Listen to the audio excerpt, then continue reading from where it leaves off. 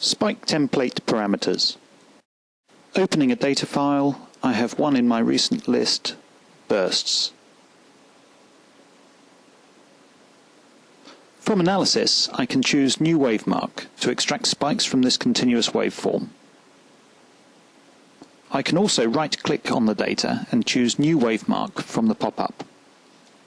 We can now resize the new dialog to show more of the template bins. Double-clicking in the template area also resizes the display. I've already set up the trigger thresholds for this channel, deciding that just one positive trigger is necessary. To get the most out of spike template matching, we will need to go to the parameters dialog here and adjust the settings for creation of new templates and how spikes match to these templates. In the New Template section, the item number of similar spikes for a new template dictates how many spikes must match each other before a template is promoted from provisional status to one we can see and use for sorting. Template width as a percentage of amplitude modifies the initial boundaries or limits of all templates. The lines shown here in green indicate those limits. At 30%, the boundaries seem quite wide, so let's try 10% and apply it to new templates. Dragging the current triggered spike to one of the available template boxes creates a new template. The template limits are now much smaller after the change.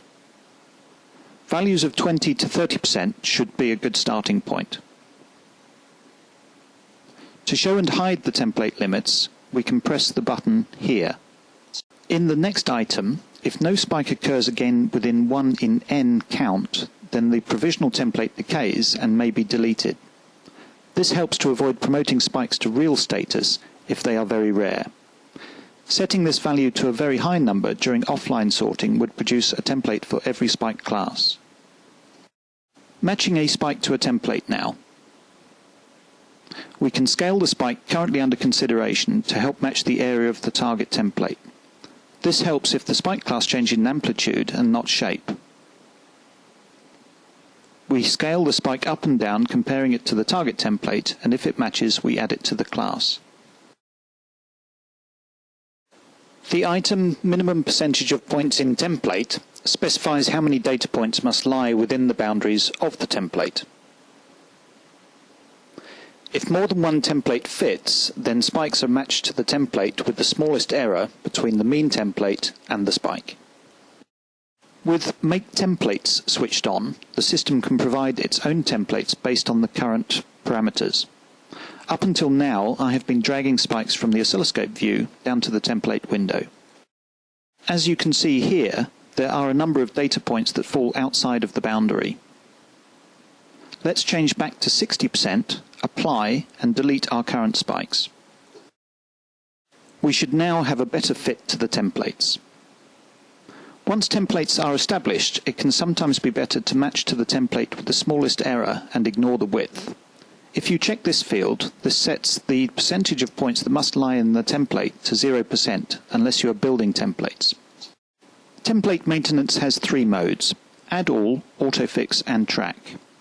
With Autofix, we can set the number of spikes that match the template before it is locked. That is equivalent to pressing the button here. Once locked, the template will not be modified by any new incoming data. Track follows slow shape changes. The contribution of each spike to the template decays as more spikes are added. Most users prefer Add All. In this mode, the first spike that forms the template has the most influence on the shape.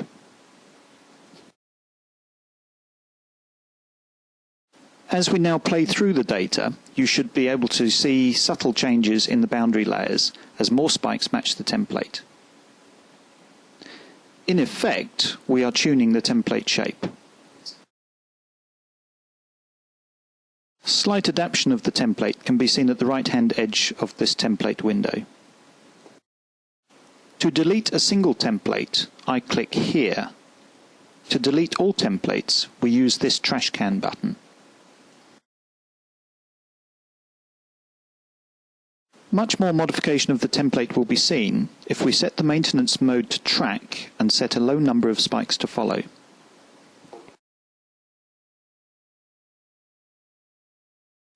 The template is now being modified more radically and changes shape to accommodate the incoming spikes. The waveform data section now. Here we control how the raw waveform data is processed into spikes. Waveforms are shifted by fractions of a sampling interval to align them with templates using linear, parabolic or cubic spline interpolation. Linear interpolation is the fastest, cubic spline interpolation is the slowest. For speed reasons, only linear interpolation is used while sampling. The next item is a high-pass filter. This reduces baseline drift. As a rule of thumb, it should be set to approximately the width of the oscilloscope display. Too low a value will significantly change the spike shapes. The last item in this section is remove DC offset before template matching. This subtracts the mean level from each spike before matching. Only the matching process uses this operation. The saved data is unaffected. It is usually better to use the high-pass filter unless you have a sudden DC drift in your baseline. One sometimes difficult to resolve situation is shown here. These bursts of spikes are decaying quite rapidly over a very short number of spikes. Instead of trying to automate the extraction of these spikes, I'm going to use a manual method.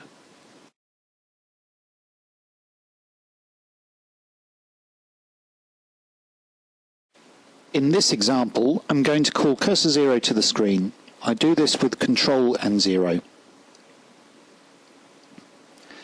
As I move cursor 0, it latches automatically to each of the triggered spikes. With the largest of these events marked and shown in the oscilloscope view, I can drag it down to form a template manually. Moving to the right and selecting the second spike, forming another template. To the last event, and I drag another template shape. The three template classes are coloured, and it is obvious that they do not match each other. The trick now then is to form one template. Instead of merging the templates by placing one on the other, I'm changing the code to match the first template. As we allow the system to run through the data now, you can see the colours have changed to blue. New templates may appear that we consider to be part of the same spike class. We can merge these with our pre-existing examples, or we could change the parameters to accommodate more variation. If we merge templates, then the result is an amalgam of the pair. To preserve the destination template shape, we can force the template to be locked. Once you have your set of templates formed, pressing New Channel will produce the output to a wavemark channel. From the File menu of the dialog, you can save templates, and you can also load templates from either data files or from their associated resource files.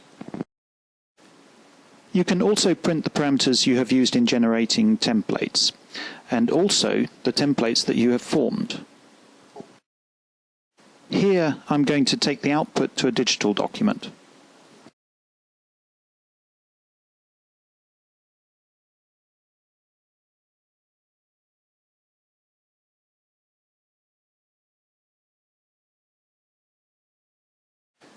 If I now minimize Spike2 and call up the XPS file, you can see at the top the parameters and below the example templates, and finally all overdrawn.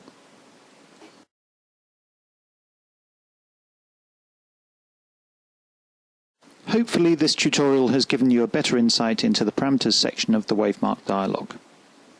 We will be revisiting this area of Spike2 again soon.